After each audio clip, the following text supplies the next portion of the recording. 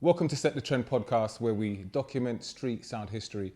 And this week, we have a DJ favorite of DJ favorites of ours, where we have some esteemed guests to come and talk to you about their history in the game as mic men.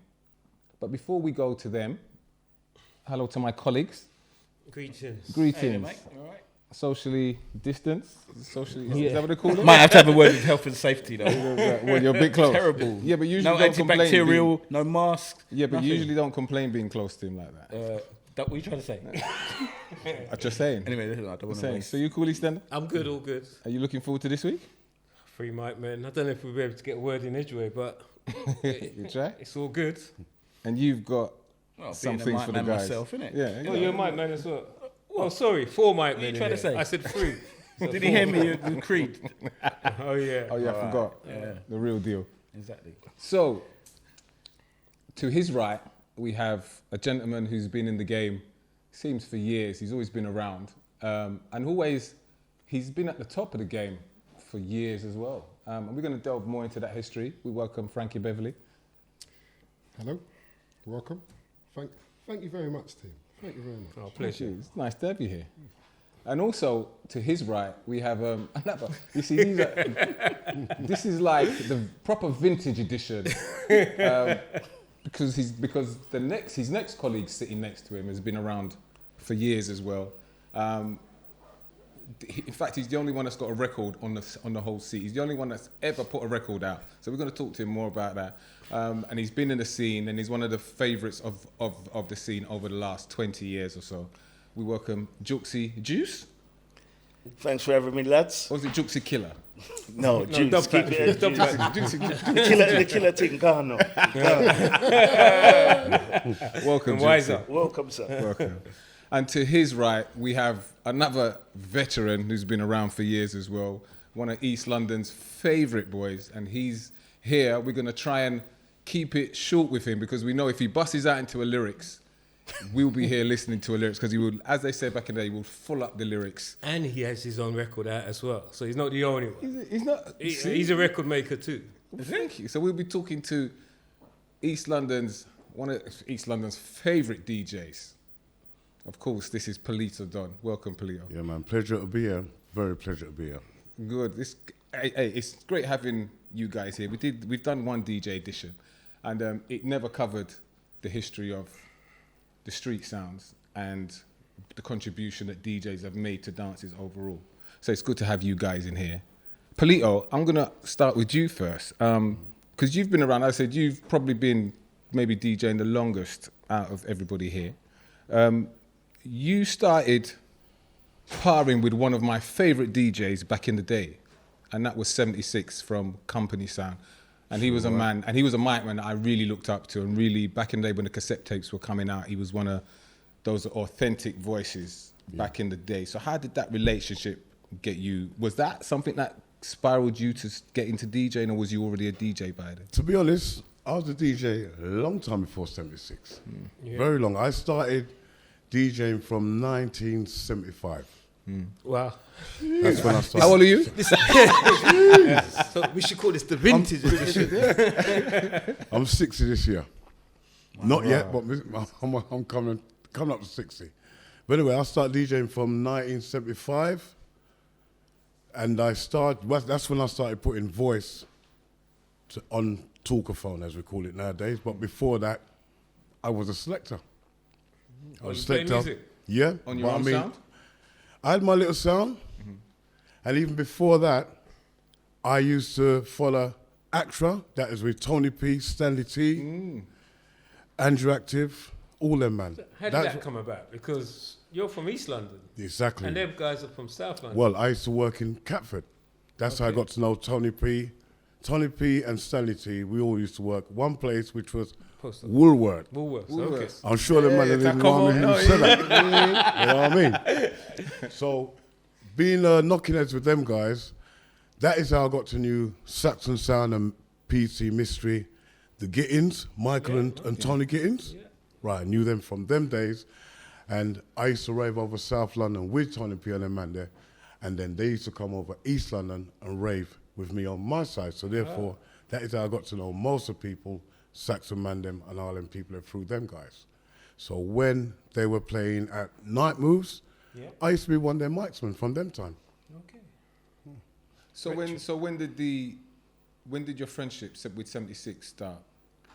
Because we're obviously from the same area, and when I had my sound, he used to follow my sound and listen to me. I like when you say my sound. What was the name of the sound? Right.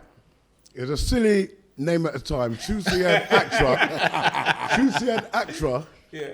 I call my sound Satra. It sounds silly. No, you're right. It was silly. You're right. Exactly, yeah. Exactly. I just had a thought, but I'll keep that to myself. Right. You know what I mean? That's right. And you were playing what kind of music at that time? Across the board, everything. playing Reggae, soul, lovers rock, everything. In them days, it was across the board. Across the board. As much as I was my first love for music was reggae, Studio One. And from that time, when did you fall in love with the soul? Because obviously you're moving around Atra, and Atra at that time was playing a lot of what we call rare groove, what we describe as rare groove. Was that your first love of soul music? I would say so, because in them time, that is what was mostly playing them times, as such. Yeah, but when it comes to soul, reggae, or anything, I just used to love, whether it's old or new, I just used to love music non-stop. Franky, first time I saw you was probably early 90s, 89, 90, I think. Basement, Shepherd's Bush. We used to go down there, rave in the midweek, rare groove dances. Yep. You seem to be in about forever as well, because you're a guy you've been always at the top. Well, in fact, before certain DJs got the top on the scene, you was at the top. I'm gonna call it what I like to call it as good schooling. You know, part of whatever it is that you're doing is how much you can give, but the other part of what you're doing is having good schooling. So initially, I can't go back to 75.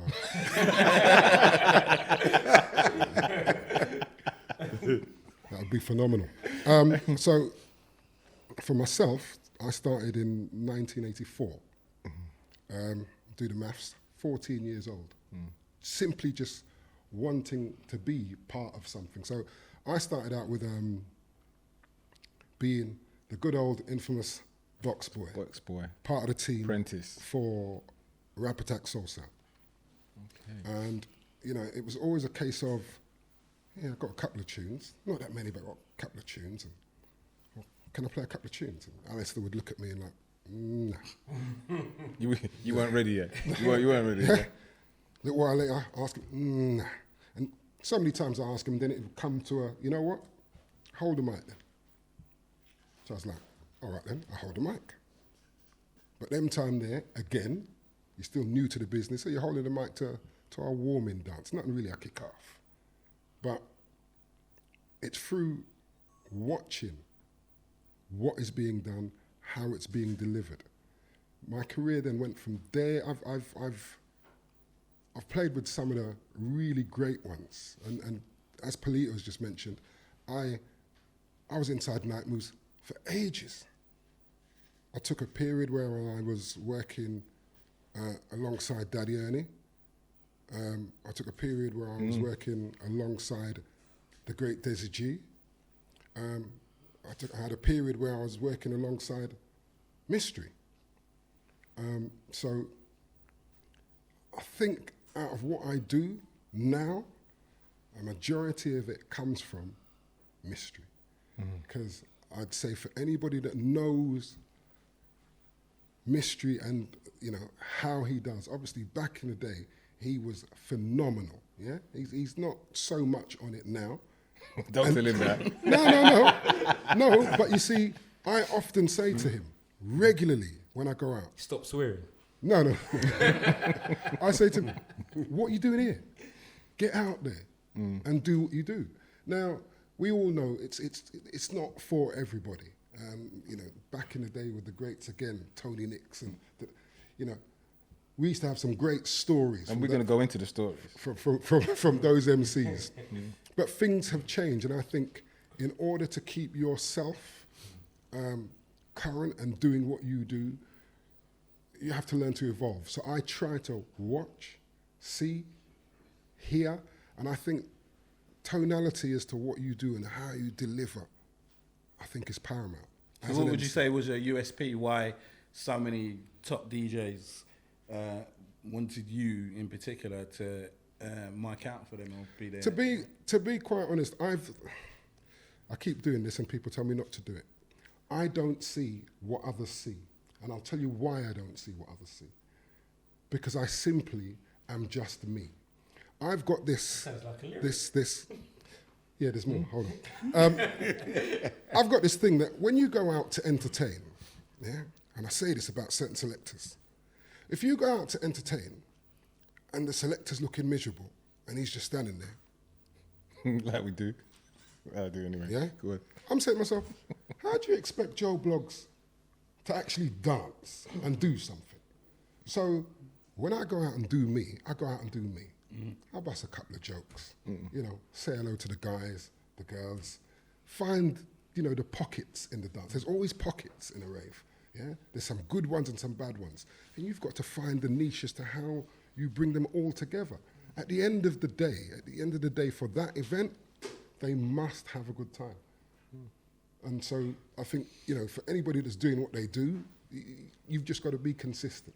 So you're saying your USP is basically just being a bit more attentive and You've reading got the to. crowd Yeah, and definitely. making a connection straight away. One of the things that Mistri said to me back in the day, and it's stuck with me, and I sometimes help out some of my colleagues. I won't mention no names. Who, me? No, go on. I'm sure you've saved me at Ezekiel's once or twice back in the day. You get people that doing what they're doing, but they're not paying attention to what they're doing. Mm-hmm. So little things like turning your back on the crowd to talk to the guys behind the set, but you've got 1,000 people that way. It don't make any sense. Yeah? You've got to concentrate on your audience. You have to. There's nothing else to do. For that period when you're up there, there's nothing else to do. Jooksie, you came up a different way. You came up as a sound killer. It's a sound killer. But I'd be right, because you know, well, your first sound that I saw you on was Goldhawk, wasn't it? And before that was Frontline. Frontline, yeah, exactly. Big Frontline, one of London and the UK's finest dancehall Iconic sound from sounds Brixton. from Saxon, Coxon, Unity, Java, along the line there, yeah, Frontline. International. So, did you start the typical way as a box boy as well, like getting into the sound, or was it? Of course. You had to do your apprenticeship. Standard. You had to do your apprenticeship. Like Frankie says, good schooling. And most of all the best selectors, the best mic man, come from sound system. Some form of sound system, whether it's soul sound, whether it's a reggae sound, but they all lift boxes, all of them. And you had to graduate before you could touch all the preamp and them things. But you must have been really young, because you're definitely the youngest. Yeah. I was wayward, man. From 11, I broke out. Wow. So when did you first pick up the mic? Where was that inspiration I'll be from? honest. Like most people, we used to listen Radigan Pan a Saturday and Tony Williams Pan a Sunday. And I just used to love DJ thing. I don't know why, but I just used to love it. And we used to sit down there, you know, when you can press your record and do your thing. And that's how it started for me.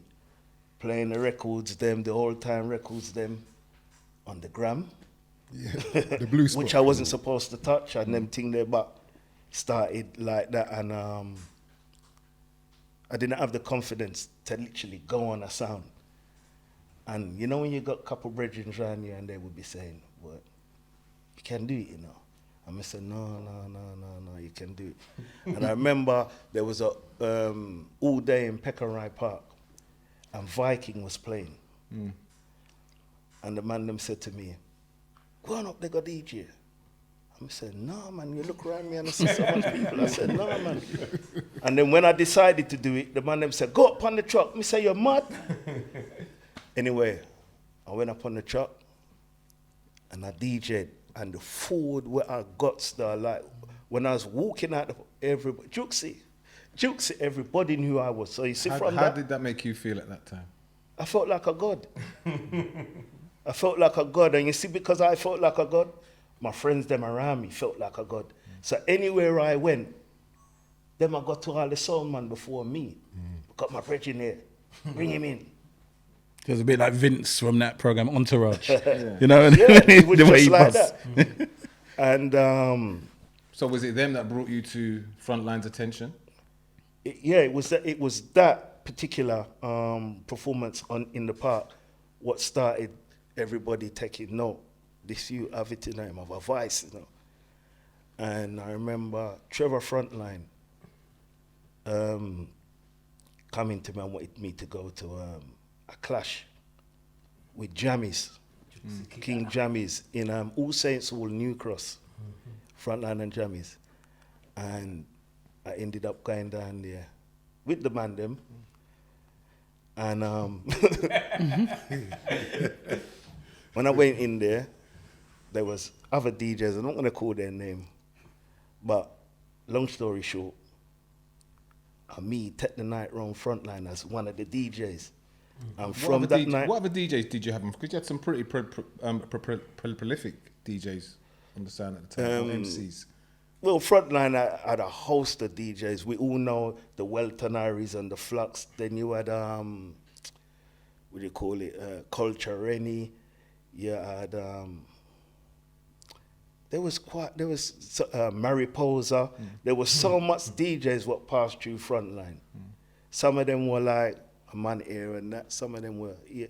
But like the Fluxy and Welton were the two prominent DJs, you understand? And what did you learn from them?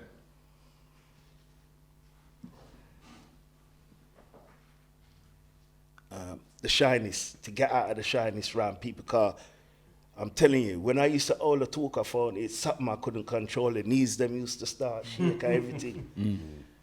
And I listened to these guys and watched these guys, and their confidence was through the roof.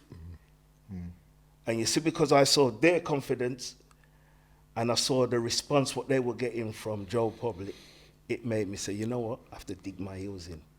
And like I said, Frankie said, good schooling. That's where it come from. And it wasn't just them alone I got inspired from. I got inspired from a host of DJs, loads of DJs. When you talk about Levi, when you talk about Jam Down Rockers Champion, them and GT, when you talk about Idris, Liquor Andy, Tony Ranks, you talk about UDE Demon Rockers and Flinty. You talk about Dread Diamonds, you're talking about Horseman and Ricky Rankin. There was so much DJs what I kind of got little styles and inspiration from. And that's what kind of, cemented me.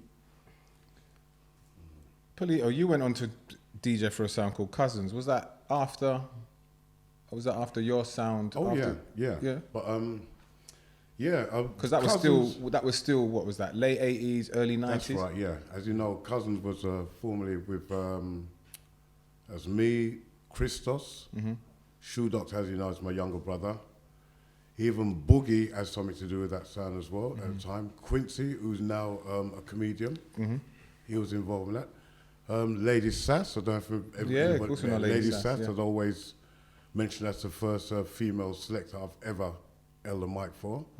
And a few other people's, even Undercover was even part of that sound as well. Yeah, a few other people, yeah. But them days, before all that, I was inspired by Roy Rankin, who was the mics man for Fat Man. In them days, we used to call it Fat Man Hi-Fi in them time. He taught me how to write lyrics, how to present myself on and off the mic. And always, one thing he always said to me, never swear. Now, the swearing suits other people, but it would never suit me. Same thing what Jooksie said a while ago. That took all the shyness out of me, because I'm still shy now in certain ways, but he helped me to break. But are you shy when you take that mic? No, not now, no.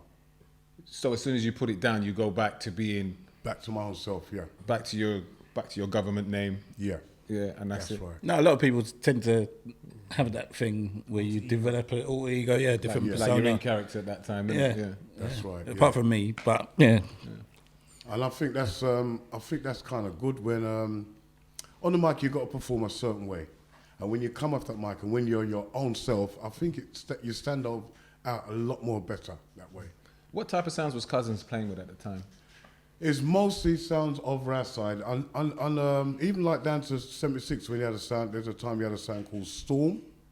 He had a sound called Wadat as well, and we used to have a sound over there called Nightlife. Experience, yeah. It's mostly all the local sounds we used to play with, but Playing what type of music? same thing going Again? across, yeah. Same thing across the board, yeah. But for some reason, not being big-headed, but I think our sound did stand out more than the other sounds, but we used to play out more. Plus, we had kind of like the best of the best from our area. The way I look at it. So what happened then? Right. Because it came to an end at some point. Yeah, and the good thing about it, Oh, it was good, was it it? wasn't. It wasn't even where it stopped through bad vibes. Everybody just went ahead and bettered themselves. I mean, you had Christos. Yeah. She said you had Shoe Doctor. That's They're right. quite big names in in the music game in East London. Yeah, we all went ahead and just looked for different things in the business, which was, and we all stuck together still because there has been times we've all got back together and just played as cousins, just a one-off. Reunion. Yeah. And it's very funny when you have that. It's such an experience because we've all learned a lot since that. And then when we get back together now, it's like, wow. It's like a dream team. So when did Cousins end? About what time was that? 90. Yeah, early 90s, I'd say. Early 90s. And when did you? So then it was 3-4 years before you kind of got back into a sound system, or was you just freelancing? Right, I was freelancing. There's a time when I was DJing for a sound called Ravers International, which was, you must know, RS Digital. Oh, right. And you know Rapattack Don. Yeah. All they used to run it. And that is where I built my actual name because with Cousins now, I was called Trevor Rankin or Trevor Ranks. But when I was on the Ravers now, I was kind of like the main mic man. But I think the reason why I was the main one, I was the oldest. And that time we had people like Shawnee T, who I don't know if you're not, you know, Shawnee T who's with Dub Pistols. We had Riddler Rankin, God bless his soul, he's passed away now. And we had a lot of young guys who was coming up in the business. And that's when, on Ravers now, that's when I made the name Poleto Don, which was a long story. I don't know if I have time for that. Well, you can make it short for us. So Yeah. Poleto Don came from where? Came from when I was with Ravers. Yeah, but how did that come about? Right, So we was in a Poleto competition one time and I had a lyric about cocaine. That lyric bossed the dance as far as we know. We won it with that one lyric. Oh, what you was in a? It was a competition clash, yeah, vibes that you was in the competition, time. And then we was playing in the Leeds, going to play in Leeds, and the promoter was up there. They all called me Trevor Cocaine from that one lyric. Wow. Yeah, you got to Yeah. change that. Was that a good name? Was that a good name? You got to change that. You got to change that. When we was going to Leeds to play, the promoters them up there said, he can't put that on the flyer, which I understood. So now, someone in the sound must have said, no, well, just call him Polico, innit? Because that Polico, as you know, that is cocaine in Spanish. Slang name for yeah. Now, this is when 76 come back in it now. 76 turned it round and said, Polito. Now, I went with that. They called me Mr. Polito at them time. And then 76 said, nah, man, your name Poleto Don. I didn't want the Don in it as such because in them the days, it's like, so when you call the Don, it's like, so man, we're on drugs per road and certain gambling. I didn't want to be portrayed that way. But in the end, it stuck with me. What an amazing story. That's a good story. Frankie, when you was coming out of when we was down at Shepherd's Bush, the basement, what sound was you on then? I was with Miami Groove them times there. That's correct. Yeah, that's it. That was you and It's me and Don Lloyd, really. Yeah. We'd known each other from school. So again, coming up because it was his older brother that knew Alistair from Rapattack as to how we started to move with them. So yeah, we done our own thing. And you was predominantly soul music. Yeah, it was always a battle in my yard between me and my older brother. So he'd be bopping down the road to Dubvin and I'd be, nah, brother. And I'm going to get my soul beat. So it was always a thing. But yeah, soul for me has always been, it's always been where my heart lies. Wasn't you subcontracting before you went with Mistri? Because you were still running Miami Groove, wasn't you, at the time? Before you was lending your voice to Mistri, and that predominantly was in Oasis on a Friday night. Yeah, and I kid you not, I don't know how that came about, but it did. Mistri's got ways. Was the money something to do with it? It was. How much did he pay you back in the day? Not enough. Anyway, swiftly moving on. Seriously, because you know the MCs get paid a little bit less than the DJs. Right. So nowadays it's Did you say a little bit? Yeah. Paul had his own way of doing what he was doing. Okay. All right. So we'll say 30 quid then. That's all I'm going to say. But yeah, I think what it is with Mistri is he saw in me. If you notice with Mistri and you look at his years and what he's done, he sees something and says, "Yeah, I think I need a bit of that." Because at that time, he was a one-man band, and it's not like he needed anybody. Well, yeah, no, he wasn't, because he still had the so-called Mistri crew. So Keith and Ken. Yeah, but when he bust, it was Yes, Mistri. yeah. Yeah, that's what I'm saying. I know he did the Mistri crew later on, and he developed the crew around him. Yeah. But why would he? As I said, why would he think that he needed? Because at the time that he went into Oasis, he went in there without Mistri crew. It was just Mistri, wasn't it? Yeah, it was Mistri and his own. And then he called you on. So what did he think that you could bring? I can only say it's just I couldn't answer that, because I keep saying no. What people see in me, I don't necessarily see it. I go and I do a job to the best of my ability, and when you come back, just like Jooksie just said. Well, come on, he must have seen something in you. That was the A-class night for black people to rave on a Friday night. Mistri, is one of the longest running nights, and it was one of the, when it started, you could hardly even get in there. If you didn't get there early, you wouldn't have got in there. Yeah. Now, him going into a club, that was his first kind of big club, as being Mistri. So there was all the fandangles going around it, and he chose you to be on that mic. So there must have been something that he said that, because he could have brought in. There's anybody that he could have brought in. There was other mic men there at the time. They had, but he brought in you. So there must have been a talent. There must have been something. I can only put it down to the energy. That's all I can put it down to. As well, because Oasis is a pristine place. You don't want somebody who's going to be Ross clutting on bomber clutting and a microphone. So I presume that was but Mistri did that. One of the there's only room for one. Do you reckon it's your elocution and the way you delivered to a varied audience? Again, it could have been. As I said, the package. Have you heard yourself actually? Exactly. Back on the tape. Have you ever sat down and gone, right, okay? Yeah, I do, and I pick it to pieces. Right. Yeah. I pick it to pieces. I'm telling you, I don't like the tone of that. I don't like the gap between that. I pick it to pieces. Anytime I've done a radio show, I pick it to pieces. Is there one? Is that what you do? Yep, like definitely. Definitely, I go over and certain things I hear, you might cringe and say, nah, man. Right. Yeah, that's right. That's why you have to study your craft, man. That's right. You have to. After you left Frontline, you went to Goldhawk? Yep. But Goldhawk was still a... No, before Goldhawk, it was Turbo, which we started. Yeah. And then a few years after, then we turned it into Goldhawk. And Goldhawk was still early 90s, wasn't it? Yeah. Yeah? Yeah. And that was predominantly still a reggae sound. With a good set. I would have said that Goldhawk was across the board, because like we had selectors like Lloyd J, who were soul selectors on the sound, and we had Paul Coxon as a reggae selector and so forth. Paul Coxon, who is of course Lloydie Coxon's son. Mm-hmm. So that was your own little generation thing. Who else did you have? You had a DJ called Tough. Sandman. You had a Sandman? Tony Tough. Oh yeah, that's right. Yeah. Was he any good, by the way? Very good. Very, Well, very you're just good. saying that, right? You're just saying I'm not even telling. I'm glad audios don't lie, you know. And they're there in the vaults. You can find them. No, it was very good, man. And you had JG, you had Bobby Joe. Bobby Joe, of course, yeah. And you had Cutter, which come in the latter stage. And Yeah. but how long did how long did you stay on Gold Hub for? I built it. So that was still your. I didn't even know It that was was your still set. mine. And when I say build it, you know, go to Leighton to Barracuda. Yeah, it's my sound. Me and Trevor Hawke started it.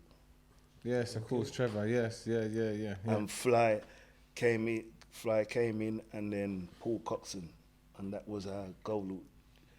But the thing with Goluk, our first dance, what Goluk ever played, was with Hyper and can't remember who else was it, but it was on Garlett Road in East Dulwich.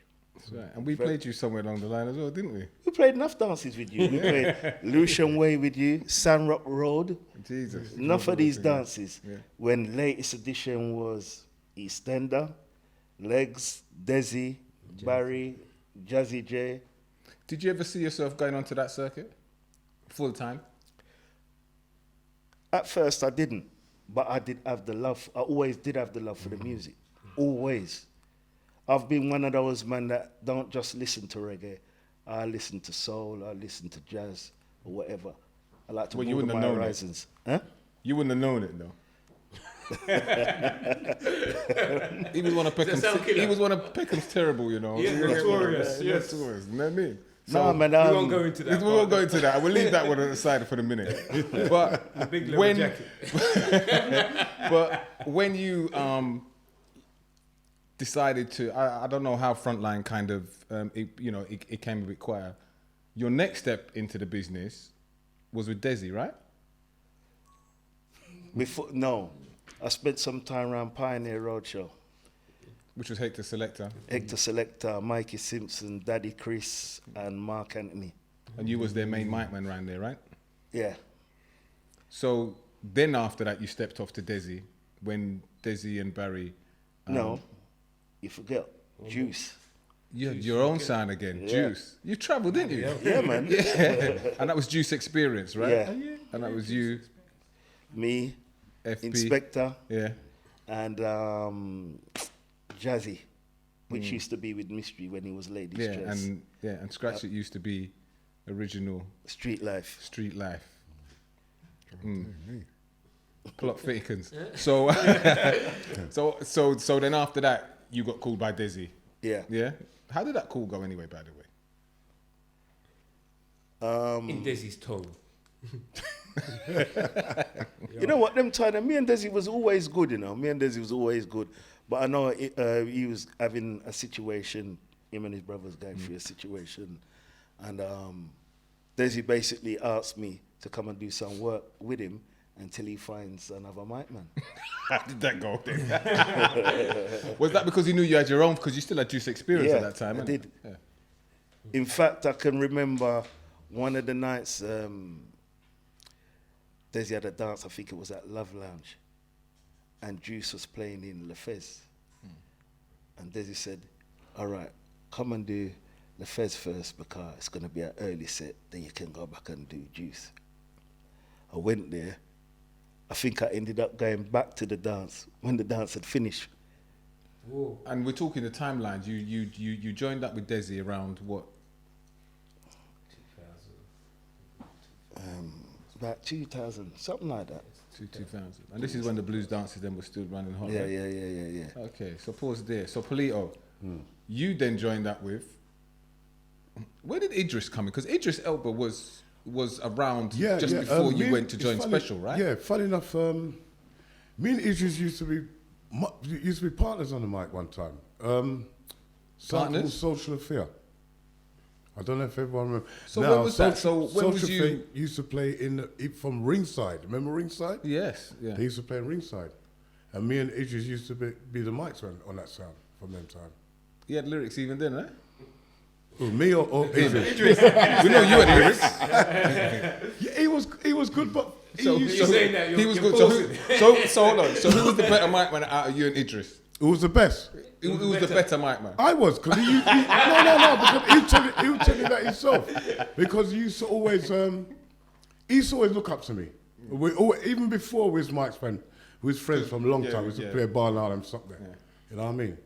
But even before that, a lot of people don't know this, but I used to be in Gemi-Magic sound. A lot of people don't know that, yeah. Okay. Doing what though? What was your role? I used to be an early mics man. I used to warm it up, yeah. I used to warm for Daddy Tony, Papa Gussie, Joshua B, all them man there. I used to be in the early part of the dance. And did you enjoy that? I did, yeah, because that's when I was still learning my craft.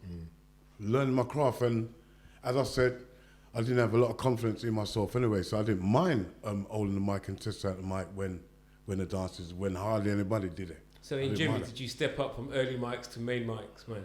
What, on Gemi-Magic? No, I could never reach that part. Because them man there was had the most experience, more than me, and I was more comfortable in just learning my craft, in just warming up the microphone for them until them guys ready, and they take over, and I just take a step back. So how did the call from Special Touch come to you then? Right, Goody played in a dance in I think it was Leighton or somewhere, house dance, and I went there, and he was just playing on his own. So I said, anybody else? I said to him, anyone holding the mic for you? He goes, no, ride the mic if you want. So I took the mic that night, and the whole night you'd never think that I just came there and held the mic. You thought we was partners. Oh, what, you made him look good?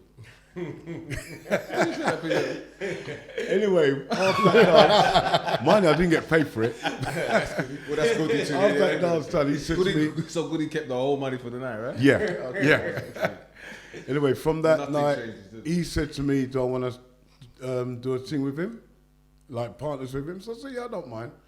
And we did that for about a year or so, and that's when Jazzy D left Special Touch, and then we joined up with Special Touch. And that was 96. I remember they were calling it Special Touch 96, the new look. Yeah. Flyers, yeah. And that was Nigel B. So J2 joined after. That's right. Yeah, a little bit after that. Yes, and then from then on, it was the four of us. You're known for fulling up the rhythm. You're known as a lyricist, a man who can full up the rhythm from start to finish, to paper, as they would call it. Yeah. That's an old school style, yeah? That's what you learn in the 80s. Yeah. It's not so much what you learn in the 90s and that, because it's more about lyrics and a chorus line and then whatever else. Did you ever adapt yourself to that, or as far as you was concerned, this is like my style? And yeah, it's always been my style, but to tell the truth, to be honest now, when I switched over to the street sounds, that is when I personally realised I had a problem, because when I come over to the street sound, I was still trying to do it in a yard style, so therefore, it wasn't really coming over. You know what I mean? Because when I was first with Special Touch, I know a lot of people didn't like the way I was DJing because it came over a bit too yardish, because I still had the lingua in me. But as I went on, I kind of like mellowed it down. I don't know if they want to say like English, Americanish, Jamaicanish, change the tone. And that's when I started to get more respect, because when as I know, that's why I got to give a lot of salute to Goody, because when I first went with them, a lot of people kept on saying to Special Touch man, them, get rid of that boy there, because he ain't going to do you no justice. But I saw their point, because the way I was performing, it wasn't really blending with. How did you see that? When did you see that? In the dance, or going back and listening to the cassettes after the dance? Both, because in the dance, it'd be a thing where I'm performing, when we're doing our set, a certain man will come and take the mic off me, which is a bit embarrassing, but I realised years after listening back to the tapes, I realised because obviously I was not performing the way. Sorry, I don't understand. That is very rare that you find someone so humble and that looks up on that, because I know a lot of other mic men wouldn't be taking that check. Yeah. You know what I'm saying? They just wouldn't be taking it, and as far as, and they take that criticism, that critique that you took on. Yeah. You know, like you took it and like you moved on with it, and it's like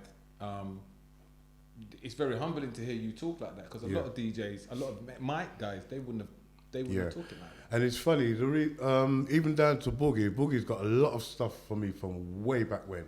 And when I listen to myself then to how I'm now, back in the days, I sound like someone that just come up from Jamaica compared to how I sound now. And I've noticed I've mellowed it down a hell of a lot. So Frankie, is that similar to you? Have you ever had to check yourself as a MC and they've said, right, okay, the way you're delivering your style doesn't quite suit? Have you had to kind of like change it up over the years? To be quite honest, I've changed it up over the years only to allow myself to be what I would call current.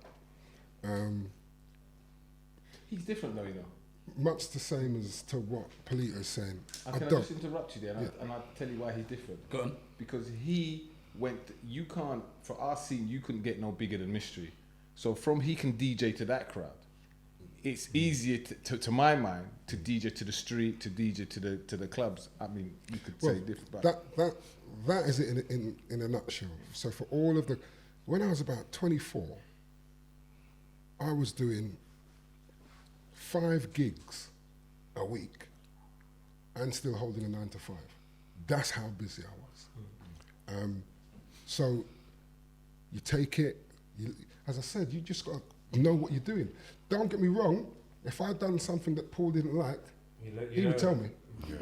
He short you up. He short you up at the end of the night. It wasn't even a short, and he'd just sit around the table and just say, no, you can't, no. And he would tell me. He would tell me. So it's not a case of necessarily changing up. As I said, you got people that there's different mic skills, and I don't necessarily attack it 110%. I'd rather warm the dance till people just get acclimatized, and then they've forgotten any problem that they've got. That's the way I choose to do what I do. Did you know what I asked you guys? From a point of view of your mic man, I mean, one of the critiques that selectors always say, they always say this. They always say, mic guys, they always up their ass and they're always chatting over their lyrics over the rhythm too much. Or the vocals, you mean? Yeah, they're just What I want to ask you guys is, because you've worked with Mistri, you've worked with Desi, you've worked with Nigel, three top-notch selectors in the music game. Start with Jooksie. What got on your nerves with a selector? So that was our gripe. What is your gripe when you worked with a selector? What was the most annoying thing that they would do that you would always say, you know what? Why I'm to them always do this thing, yes sir. You know what? For me, as an MC, that MC's in a dance and he's working, he's got to correspond with Joe Public. They feed off his energy. So if your selector is not working with you, yeah, and you're trying to give him a heads up, maybe change, and he's not listening, some selectors like, ooh, I've got what I'm playing and this is what I'm playing, and you're killing the vibes. You're killing my vibe too. How would you though approach Desi with that? Because obviously Desi's just an icon in the game when it comes to music. You know what I mean? But you've got a different relationship than I would have as a fan just hearing him. So how would you then get over to Desi, that boy? You know what? I don't know. Me and Desi, I don't know. The chemistry was just there. I don't know what it was, but I didn't have no problem. I could he must touch. Have liked you. I could have touched Desi and I could say, Desi, rare, and we look, and he might say nah, or all right, he go ahead with it. But I didn't really have that problem with Desi. The communication was always there. So, you know. When it comes to rhythm. Hold on. So Poleto. Yeah, same as Jooksie said a while ago now, because I think as well, sometimes, especially like the three of us are lyricalists, it's not, you don't bust lyric the whole night through. And especially with me now, coming from a reggae tip, soul now, I always study soul music so I know the time to jump in and the time to jump out. But sometimes when you work with selectors and they know that you're lyricalist, they might give you a tune that's got a long intro in between, and then they'll just mix in something else. Especially when they see that you're gonna chat a lyric, or you know, and then just mix in something else, and it makes what you're doing look very unprofessional. That is when it knocks my confidence at the time. So then what I do is just try and talk out the music, because I realise my selector's not reading what I'm doing as well. What do you say to your selector after the event? Do you go back and tell him? Oh yeah, I've done that. Yeah, I've done that. Yeah, I've done that. Won't mention your name, but and then they say, "Oh, sorry, Poleto. Sorry about that." I said, "Well, come on, brother. You know me work already. That's how I do it." Okay. Because just to say, you've also worked with Company and Dirty Den as Yeah. well, so that's also been one of your sounds. Frankie, what's annoyed you? Has Mistri done anything? Because you've had Ratty, you've been playing with Ratty. And the thing is, Frankie's MC'd for people who can actually mix as well, like CLK. Yeah, but I mean, sorry, as in cut and scratch. Yeah. But have they done anything? Is there one annoying thing that you look at selectors and think, I don't know why they always do this? There's nothing consistent. I mean, the MC you can't not tell your selector what you can see is going wrong. You just can't. Otherwise, it's just a pack of cards that are going to fall to the floor. So you have to give a man a little check and say, boom, do you know what, we might need to pick it up, or boy, this ain't working, we need to play some of this, or you've got to give a man a little check. Yeah, not to say you're going to tell him, yo, Reggie, you ain't doing nothing, but you've got to give a man a check, because sometimes... It's all in the approach. I know, you know, selecting is hard, and I'm going to say that as an MC. Maybe selectors will say, no, it's not, because they're the selector, and I'm the MC. So, but selecting is hard. So when you got to sit there and select, and you got to think 3 to 4 tunes ahead, and how you're going to mix and how you're going to do it. I know that the thought pattern is already there, but if you play 2 and that style there ain't really working, I think before you get to your 4, you need to change it. You need to change. So you've got to be able to communicate with your selector. You got to. So your lyrics, are they off the top of your head, or you write them down? You see, and personally, there's nothing written down. Jooksie? I do both. Poleto? Right. I'd say 99% of my stuff is from written down, but when I do touch a mic, it's all edge-up stuff, because I'm getting a feel and to master that. Yeah. So based on that, I know your question that you now wanted to ask, and you can go ahead and answer this. You jumping in? No, you go ahead. So when you go to the dance, what is the song that you want to hear, that you want to check your new lyric on, or your favorite lyric on? What song is the one that grabs you?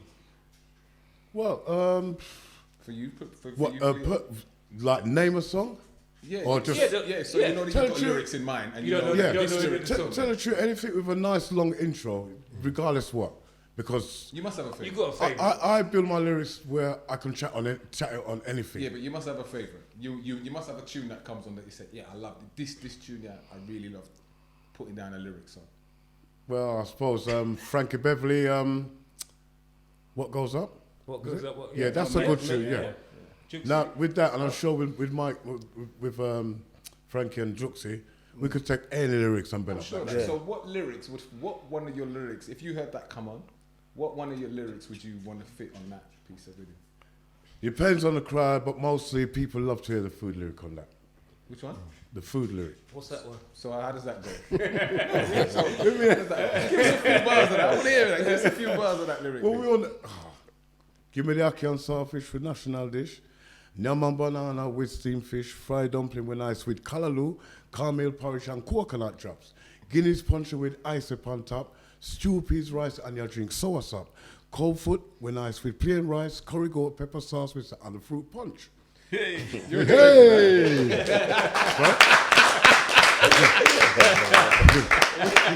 Wicked. And that's in English. If you didn't know Jamaican dishes, they do now. What do you love to hear? The funny thing is, it's the same song. The same song? That's probably because it's my namesake. Okay. So, what lyrics what vibe would you put on that? And because I don't write anything, it would have to be the time of the dance, exactly what's happening. Because that's how I feed. I feed off who is in, what they are doing, who they are, how long I've known them, if I've just met them, and my lyrics will just blend into that. Okay, so pause there. We're going to come back to you there. Jooksie. I like the same tune, but I will say Valentine Brothers, close to you. Yeah. Okay, so what Jooksie lyrics would you fit on that? And just tweak it. And that'd set the trend and podcast it. Because you're That's going to cost you. It's all right, I don't mind paying. You ain't heard the price, yeah. I don't know what. I got so much different type of Well, you lyrics. give us one of your favourite ones that you would ride on that. Just a few bars. Which tune? Soft and cuddly, girls want to smuggle me. Now them suitcase, come a foreign and muggle me. Girl I try study me, kill me with psychology. But me no ramp with the human biology. Check out the anatomy, what a piece of property. Now me get the thing. Anyway, me go she back on me. Dress fit inspire me. Cause she did hire me, feeling secure, but you know she now fire me.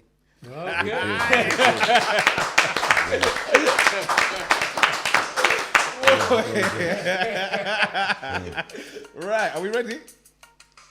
Big things are going. I said big things are No. going. Put it back to the start. Sorry. Can we have the professional, please? Yeah, so just run the rhythm for Frankie, and Frankie's going to give us a little bit of a vibe. Is he going to hear it properly? Yes. Oh, yeah, it's going Yeah, into the microphone, just hold it over there for him so he can hear it. Yeah, man. Can you play it? Okay. So, I've got time in. Ready or not, I'm Franky Beverly on the mic, cause I'm the MC, cooling and deadly. Don't stress, don't confuse me with somebody else. You're mad, sick and crazy. From 1984, I'll pick up the mic and do it smoothly. Don't stop, what can't be stopped, cause I'm gathering inside the place. Lyrics, yes, I'm not spluttering. Straight to your neck, your mind, and to your soul. Franky Beverly's on the mic, I've got it under control. Now, here's what I'm doing. Yes, I'm setting the trend. Coming back again and again. Tell your neighbor and your friend I got more style than they know. Franky Beverly, master, come to style up the show.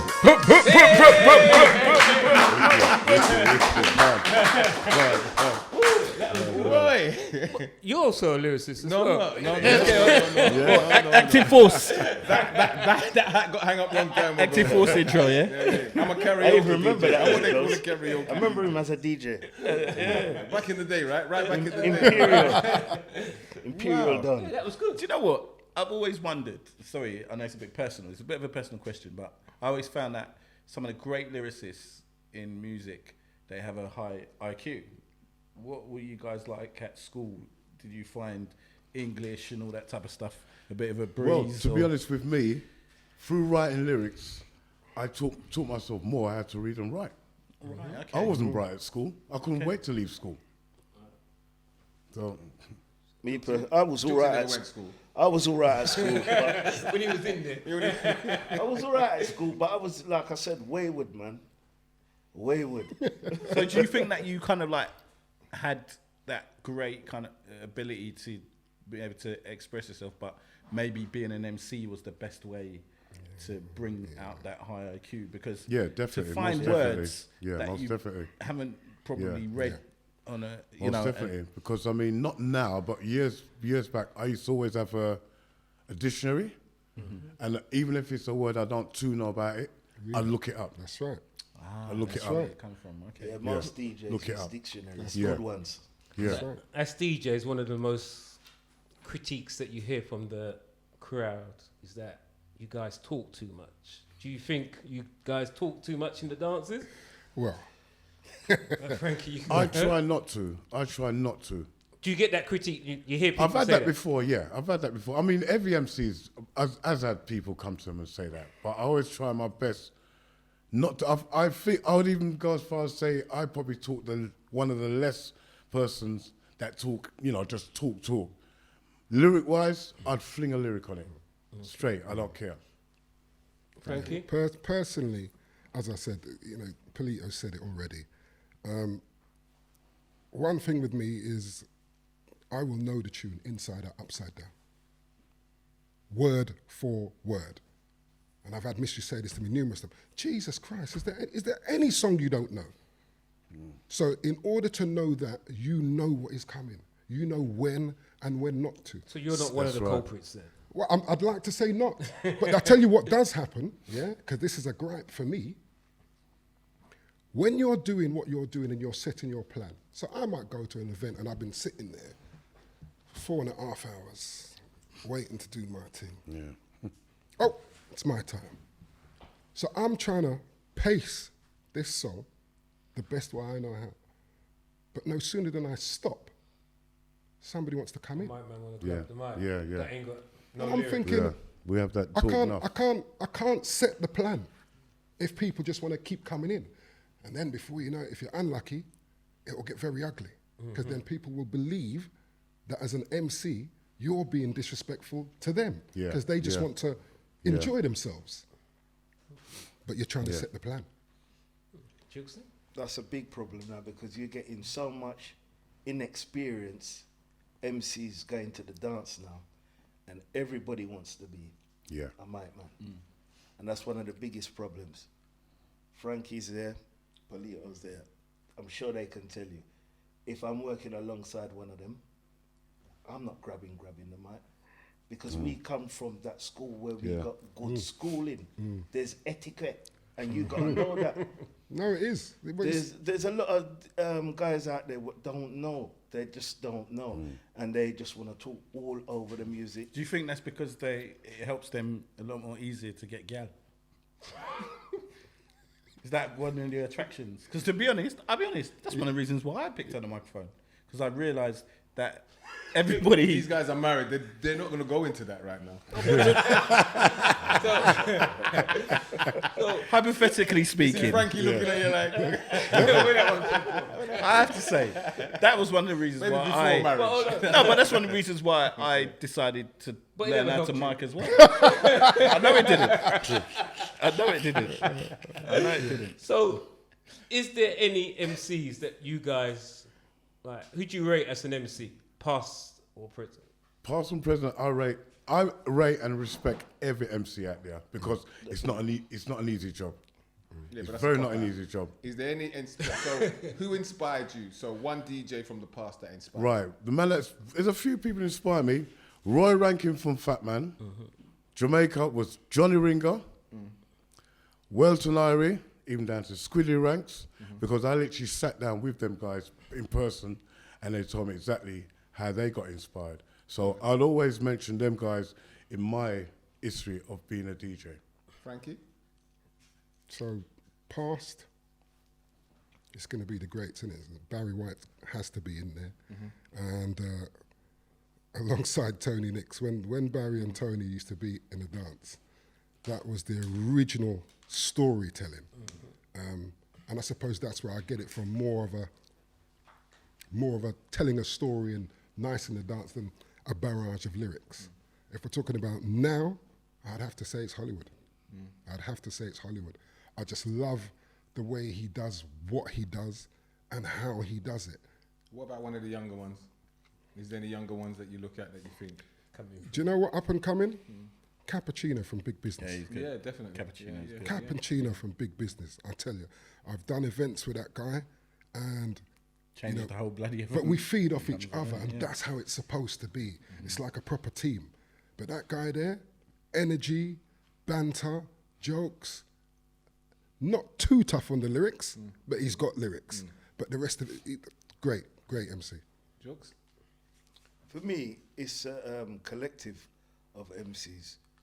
Like Barry, got one thing, I told this to Barry the other day. I said, one thing they can't take away from you is that voice.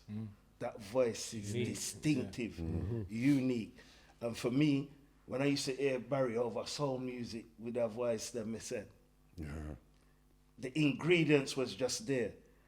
And like I said, Hollywood, interaction with the crowd, on point. Any of the younger Dodd, ones? Dodd, yeah. Vibes, can't take it away from him. There's so much DJs and everybody's got their own individual selling point, so to speak. We've got about 2 minutes to go. Told you the time goes quick. I just want to quickly ask you about, because you're still in the music business, and you got your own WhatsApp group called Dub Factory, where you work as the middleman to make sure that DJs get authentic dub plates for their sounds. What How did that come about? How did you want to stay back in the business to be doing that?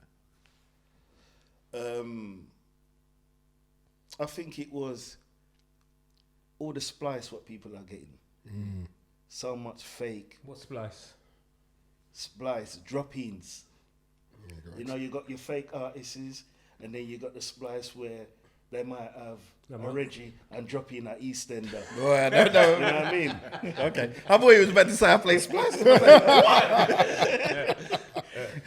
Yeah, so I saw a lot of people lose a lot of money that way. And what do you think about soul dubs?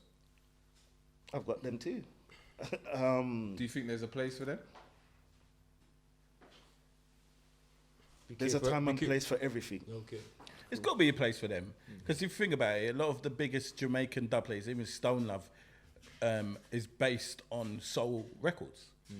So even Wayne Wonder and whatever, that is originally what you call a soul To me, some people won't like them. It's a case of when the fox can't get the grip, him say it's sour.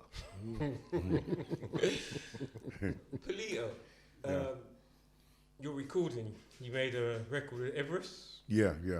You still recording? You still making records? No, to be honest, no. Did you enjoy that experience? Very. And I also got to take my hat off to Undercover, because he's the one that forced me to get involved with Everest at the time.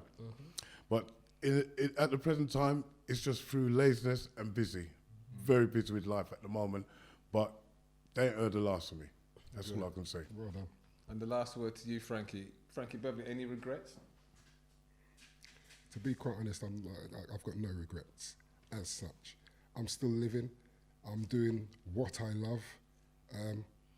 You're a master. We forgot to mention that. You're a master Panther Taekwondo. Yeah. Oh, yeah, I forgot about that. Yeah. So People need to watch their P's and Q's. Well, not necessarily, but yeah. So, yeah, training for about 14 years now coming up. Master in Panther Taekwondo Black Belt Academy.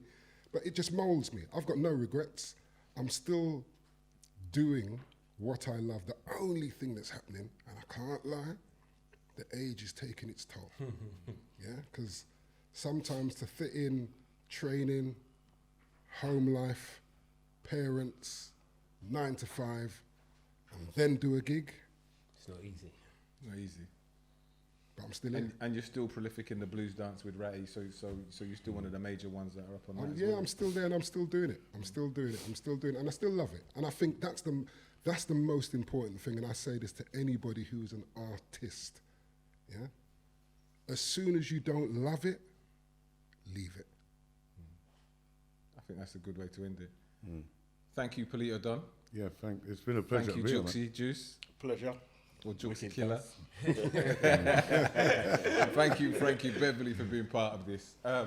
Hopefully we're going to have a round table, and what we're going to look for is to invite you back with other MCs so we can talk about some of the pivotal moments in the dance, because we never really asked like your worst moments and stuff like that, or your best living moments. So we want to relive some of those. What were you moaning about over there? Producers sharing. It was prompting about the social handles. Oh yeah, social handles for each of you. So if someone wants to get hold of Poleto Don, where can they find you? Shoe Doctor, you're gonna. Yeah. Actually, he's managing my dates at the moment. How that come about, I don't know. But he's in control of my dates at the moment now. Yeah, and you can catch him. He's got a business that he runs. Yeah. James Shoe Care, which is situated in Barkingside. So you got to do is Google the name and That's right. You get that. Franky. Ratty Sound. My bookings, all the thing comes through Ratty. 95% of my work is through Ratty. We've been working together for about 14, 15 years now. So either my Facebook, hit me direct, Franky Beverly, or Ratty Sound.